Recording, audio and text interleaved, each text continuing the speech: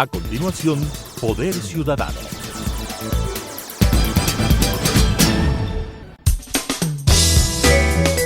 Clasificación B, bajo supervisión de un adulto.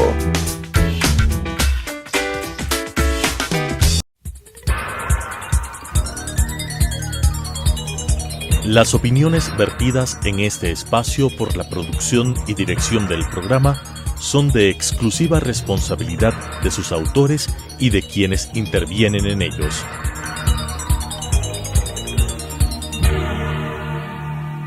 Telesucesos Canal 29 UHF presenta Poder Ciudadano, una ventana construida desde la visión plural ciudadana para la expresión de sus anhelos, demandas y aspiraciones, con la conducción del doctor Patricio Picón.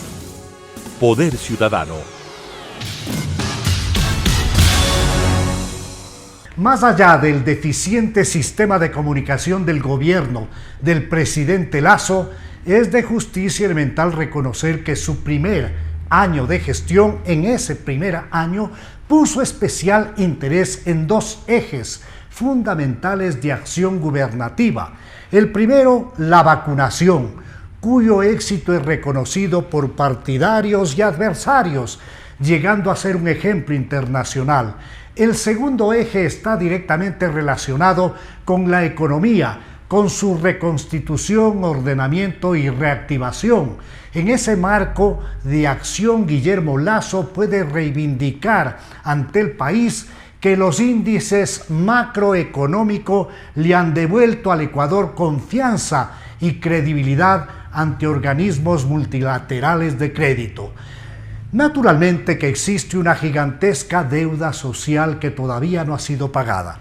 Esta noche el programa tiene el honor de recibir al legislador Esteban Torres, con quien vamos a conversar alrededor del primer año de gestión de Guillermo Lasso, toda vez que su partido fue, en la época de campaña, aliado y ayudó positivamente al triunfo de Lasso. Luego divergencias lo separaron, de tal manera que es muy interesante tener la voz y el talento del legislador Esteban Torres. Bienvenido, Esteban, buenas noches. ¿Cuál es su evaluación del primer año de gestión de Lasso Mendoza? Buenas noches, estimado Patricio, qué gusto estar en su programa.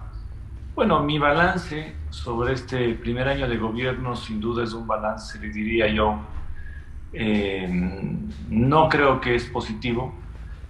Yo creo que más allá de ciertos temas puntuales correctos que se han aplaudido, se ha apoyado y se ha felicitado, creo que el gobierno, yo no sé si le ha costado subirse al tren de la gobernabilidad, a entender lo que es el Estado, pero sin duda deja mucho que desear en varios aspectos, y el económico es uno de esos, más allá, como les digo, de ciertos indicadores macroeconómicos que están bien, pero que en el resto de la economía realmente no se ven otro tipo de temas positivos, no se diga en el tema de seguridad, sin que esto implique, por supuesto, un arrepentimiento jamás por haber apoyado en ese momento a la opción que creímos todos que debía ganar, y que lo que esperamos, demócratas convencidos, críticos de esos y firmes, es que haya sin duda un cambio en el manejo del gobierno y que el gobierno en lo posible se apegue a su plan de campaña, aquello que la gente votó y aquello que ganó en la segunda vuelta. Y esa ha sido nuestra tarea desde la Asamblea, señalar dónde están las traiciones, los errores y, por supuesto, apoyar todos los temas positivos que se propusieron en campaña y todos aquellos que puedan venir para solucionar estos graves problemas que pasan cada día en el Estado. Usted ha sido serio al manifestarle al país que continuarán apoyando los temas que hicieron parte de una plataforma electoral, y eso ha ofrecido particularmente usted como jefe de la bancada social cristiana. Pero vamos por partes.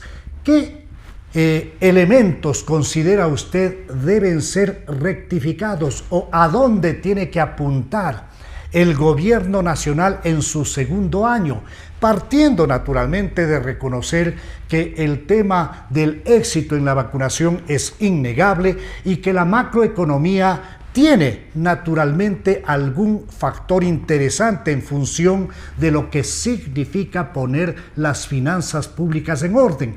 Pero ¿cuáles son los elementos que tienen que marcar la agenda del gobierno para lograr el apoyo desde la Asamblea Nacional? Bueno, lo primero, tener claro qué visión de país tienen y hacia dónde quieren avanzar. Hubo un diálogo público entre las bancadas legislativas y el nuevo ministro de Gobierno al que yo acudí y acudiré a cuantos llamados se hagan mientras sea público y con los medios de comunicación independientes, porque creo que en democracia nadie se puede cerrar un diálogo, pase o haya pasado lo que sea antes. Y ahí yo le dije al ministro, queremos saber la visión del gobierno en materia de seguridad, porque el problema de la inseguridad actualmente sin duda no lo va a resolver la Asamblea, no lo puede resolver la Asamblea, pero habrá algún aspecto de todo ese programa que podamos contribuir desde la Asamblea. Además, la bancada social cristiana ha sido tradicionalmente, y esto ante el rechazo de ciertos abogados de los derechos humanos, la más radical en medidas duras contra la inseguridad, contra los delincuentes. No siempre han tenido el apoyo mayoritario en la Asamblea, pero sin duda estamos en esa línea. Si el gobierno, por ejemplo, quiere ir en esa línea, tendrá nuestro respaldo, y un respaldo a cambio de nada. Lo mismo sucedió con la ley de inversiones, por ejemplo. Fuimos la única bancada que respaldó ese proyecto porque era parte precisamente del plan de campaña ganador. Así que yo creo que si usted me dice ahora en qué el gobierno tiene que pisar el acelerador, sin duda es en los servicios públicos. Es una indolencia total. Déjeme decirle, es una indolencia total que de un presupuesto de 33,000 millones se haya presupuestado en inversión para el 2022 únicamente 1.800 millones. Es el porcentaje y el monto más bajo de los últimos gobiernos de los últimos 30 años. Hasta el presidente Moreno tenía un porcentaje mucho mayor de inversión. Pero no es eso lo único que molesta. Lo que molesta es que de ese presupuesto de 1.800, en lo que va del año, han invertido únicamente 68 millones. Lo mismo que han destinado para pagar los repuestos de los automotores del Estado. Lo mismo que han destinado en papelería del Estado. Entonces, cuando eso se ve en la calle, ¿qué está sucediendo? Claro, yo tuve un debate con ciertas personas cercanas al gobierno que viven en las nubes, ¿no? Dicen, no, la macroeconomía es lo que importa, eso está bien. Un buen gobierno hace las dos cosas. Mantiene las cuentas en orden, pero también destina lo que tiene que destinar a la inversión pública, porque puede ser que para muchas personas no es debido a muerte sacar una cédula, pero para la mayoría de personas es importante tener una cédula, y es impensable que no se haya previsto el escenario actual de que falten especies para cédulas y pasaportes, no se diga la obra pública. Entonces, si usted me permite a mí decir de forma constructiva qué debería hacer el gobierno en este segundo año, es sin duda pisar el acelerador de la inversión responsable, cumplir en lo que tiene que cumplir la propuesta de campaña, porque si no lo que va a pasar es que los ecuatorianos no van a votar jamás por alguien de la tendencia, porque van a decir, ya me traicionaron, y porque el único recuerdo que tienen en la mente de un gobierno con todos sus defectos, pero eficiente en ciertos temas de servicios públicos y obra, es el correísmo. Entonces, no hay que ser un brujo para entender que cuando el ecuatoriano tenga que comparar qué pasó, va a irse por una opción que sin duda no es la que les conviene a los ecuatorianos, pero que si hace una mala gestión este gobierno, les va a entregar nuevamente una elección, y con razón cuando hayan elecciones. Así que yo creo que, como le digo, de una manera constructiva, ese es el camino. Eso de pelear en cada semana contra los políticos, lo único que ha logrado es que a los políticos que les ataquen suben los números, y el gobierno se va cayendo en números. Así que no es inteligente, no es estratégico. Y como le digo, creo que el gobierno tiene que pisar el acelerador de la obra pública responsablemente y tener un manejo político maduro, porque en una democracia lo que se requiere es personas maduras, no niños peleando. Y en eso, cuando eso se dé, contarán con nosotros, porque lo hemos demostrado que nuestras líneas quizás no son la de todo el mundo, pero que las cumplimos hasta el final y que no tenemos problemas en denunciar aquello que creemos que es negativo. En la primera vuelta, Guillermo Lasso recaudó, desde mi punto de vista, todo lo que significa su capital político en materia del trabajo que ha venido desarrollando durante tantos años. Pero luego la situación cambió en la segunda vuelta y logra, tras reinventarse, logra un caudal importantísimo, una remontada que significó una posibilidad que muchos veían muy difícil, el lograr el triunfo precisamente en esa segunda vuelta.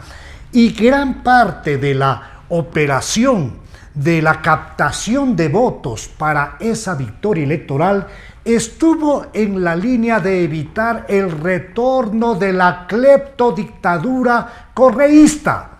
El país dijo no al candidato títere Arauz, que fue puesto precisamente por esa falsa revolución ciudadana, y unió fuerzas democráticas para apostar a un candidato que se corrió hacia el centro.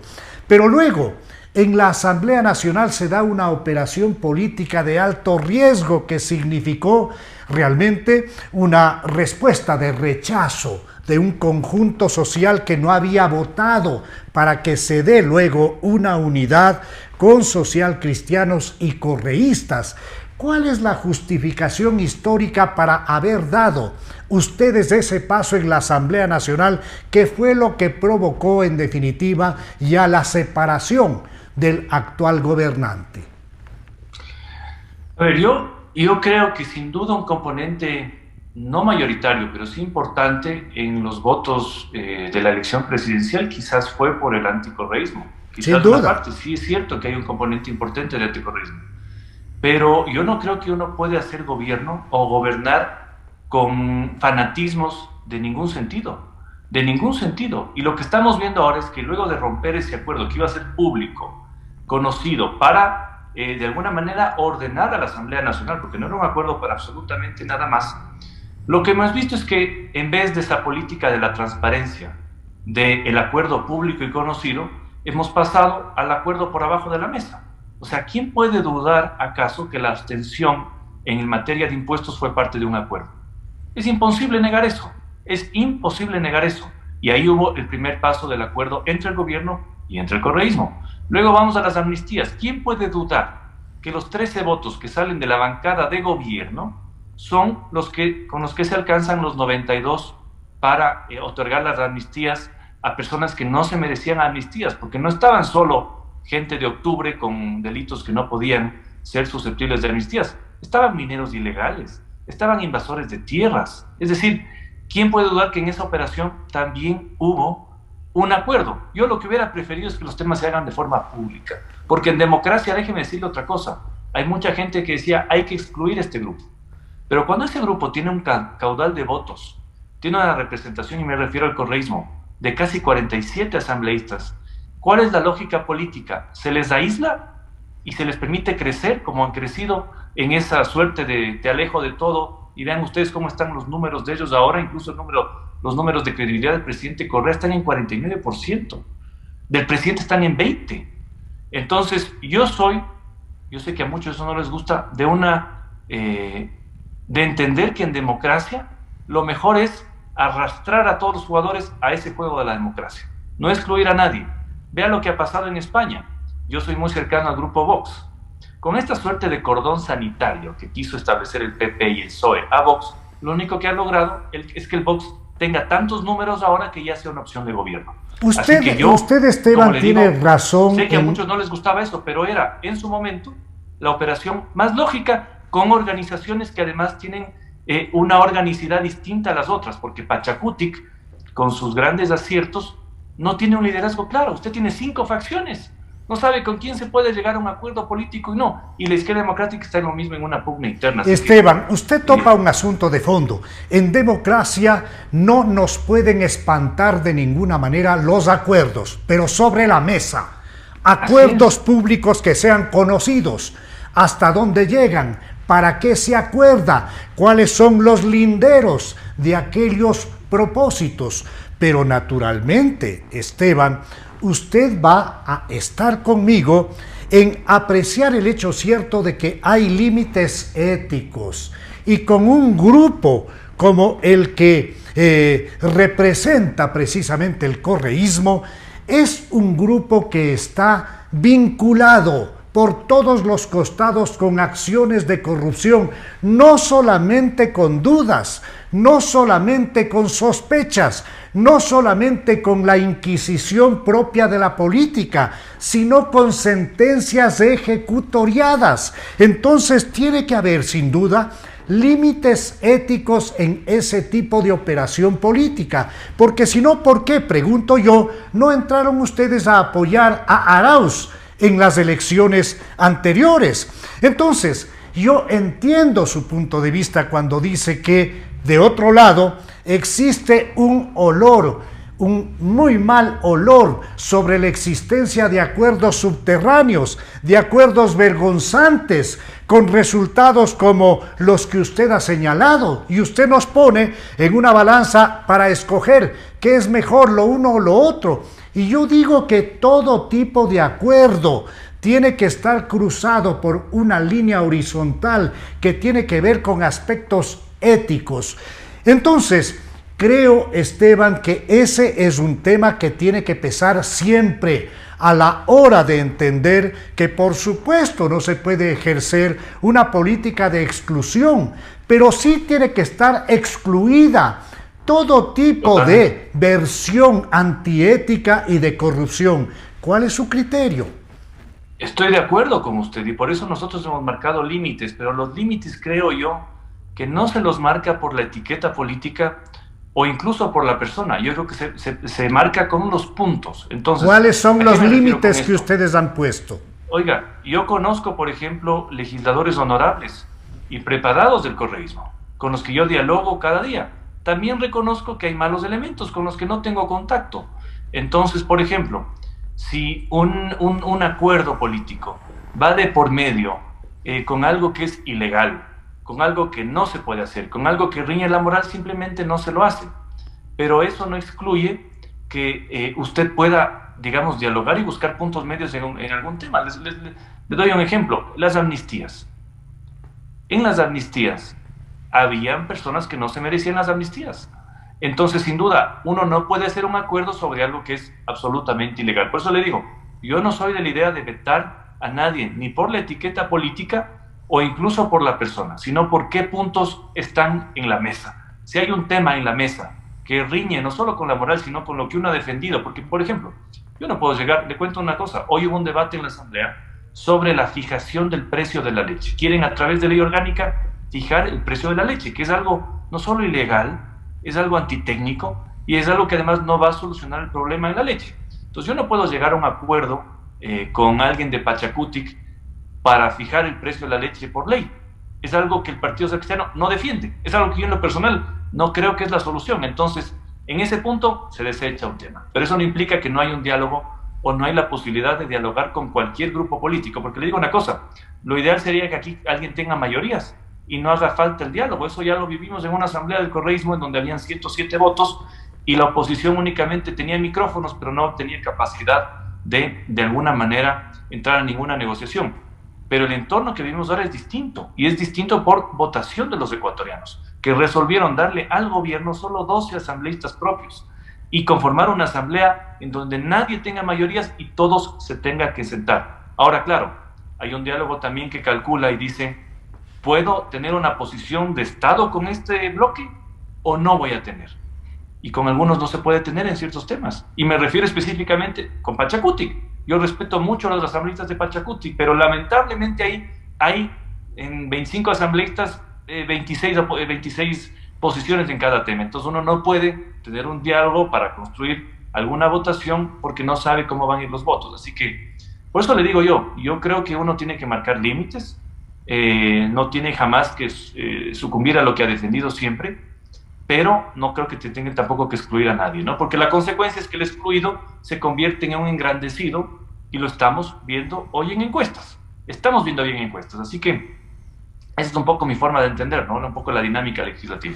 ¿Cómo salir, Esteban, de una política del populismo populismo de izquierda, de derecha, del centro, populismo al fin. ¿Cómo construir una política que tenga una directa relación con organizaciones de partidos políticos modernos, que estudien, que dediquen tiempo y recursos a escuelas de capacitación, que nos entreguen candidatos de calidad, que nos permitan un debate ideológico, que busquemos superar toda esta tragedia en la que vive no solamente el Ecuador, sino el mundo entero? Fíjese lo que pasa actualmente en el Cono Sur, en Argentina. Fíjese lo que está pasando ahora mismo en Chile. A poquísimo tiempo de haber designado presidente al joven Boric, ahora existe un problema muy grave en la sociedad chilena. Fíjese lo que pasa en el Perú con el presidente peruano. Fíjese lo que puede ocurrir en poco tiempo más con Colombia y lo que va a pasar en Brasil. ¿Cómo lograr una coraza que cubra a nuestro país de toda esa gran amenaza populista?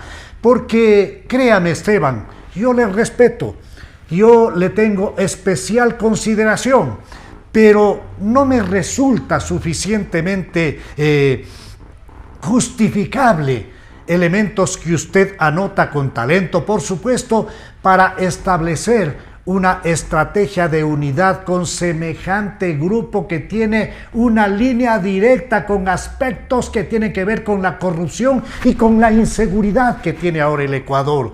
¿Qué es lo que estamos cosechando? Entonces, ¿cómo lograr un nuevo país, una nueva esperanza de cambios verdaderos? A ver, yo creo que pasa siempre por los liderazgos, por los altos liderazgos de cada organización política y por los medianos liderazgos que también debe tener cada organización política, porque son estos liderazgos los que de alguna manera enfocan las posiciones de cada partido, de todos los gremios también que agrupan muchos partidos, dentro de la lógica, dentro del sentido de Estado y dentro también de las posibilidades de hacer mejor la vida a la gente.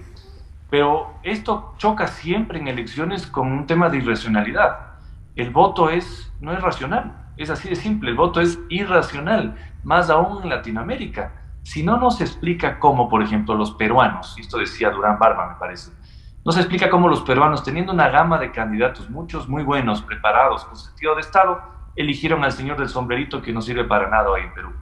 Si no nos explica cómo, en una segunda vuelta en Chile, un candidato preparado, con experiencia legislativa, con un plan de gobierno, creo que bastante serio como Kast, pierde con un joven Boric que, claro, despierta la simpatía, pero no tenía experiencia alguna manejando el Estado. Es decir, el voto es lamentablemente irracional y en el Latinoamérica es mucho más irracional. Entonces, la pregunta es cómo líderes que son positivos, que son transformadores, que no caen en a mí no me gusta usar mal la palabra populismo porque creo que a veces también se la ha utilizado para romper aquello que puede ser popular con la gente, pero sí demagogos. A veces estas personas también en el juego democrático resultan triunfadores y al rato los ratos quedan debiendo, por supuesto, a las sociedades y van destruyendo aún más la cultura política de cada estado. Entonces, yo lo que le digo es, yo creo que solo con la creación de liderazgos formados, yo respeto muchísimo, yo soy una persona que me defino como un conservador, pero yo puedo tener un diálogo profundo y respetuoso con una persona de una ideología de izquierda, yo la respeto. A quien no respeto es al veleta, al que está en un lado en un momento y está al otro lado en otro momento, al que se ajusta a las circunstancias, al que no defiende absolutamente nada. Y yo creo que ojalá podamos tener una clase política en estos momentos y a futuro con posiciones mucho más marcadas, que entren dentro de la lógica de uno. Si alguien es de izquierda, que sea de izquierda, si alguien es de derecha, que sea de derecha, y que se pueda de alguna manera entablar un diálogo democrático, porque lo que usted encuentra en este momento, lamentablemente, en la Asamblea, y hemos visto muchos ejemplos, son personas que llegan al cargo y lo único que ven es qué puedo obtener por cada voto. Y creo que el gobierno ha sido también sujeto a ese tipo de chantajes y ha jugado también ese tipo de chantajes. Le puedo decir porque lo hicieron con asambleístas socialcristianos hace un año precisamente, cuando conformaban la nueva mayoría que se pegó con las babas y que hoy no sirve para nada. Pero por eso le digo, yo creo que el tema del país quizás no se soluciona, pero mejora con mejores liderazgos preparados y conscientes de lo que se puede hacer, ¿no?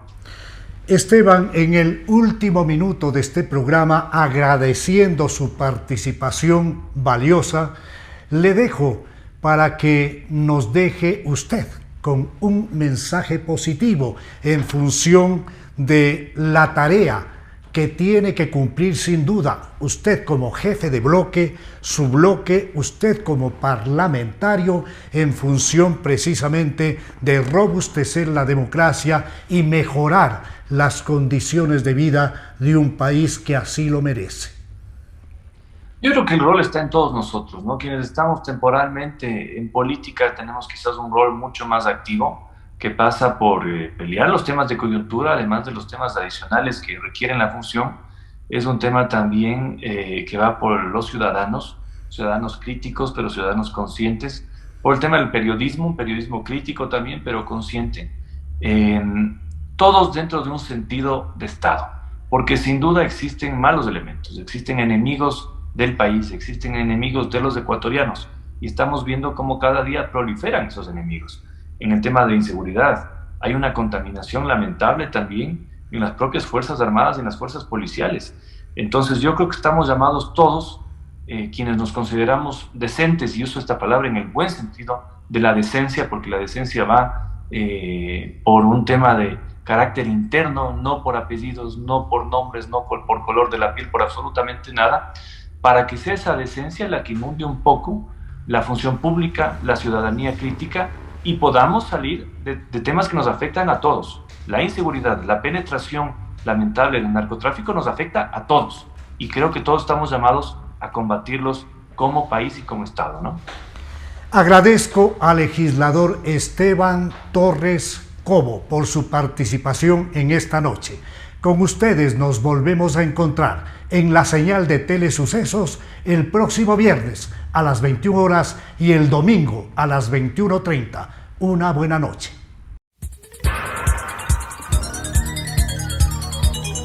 Las opiniones vertidas en este espacio por la producción y dirección del programa son de exclusiva responsabilidad de sus autores y de quienes intervienen en ellos.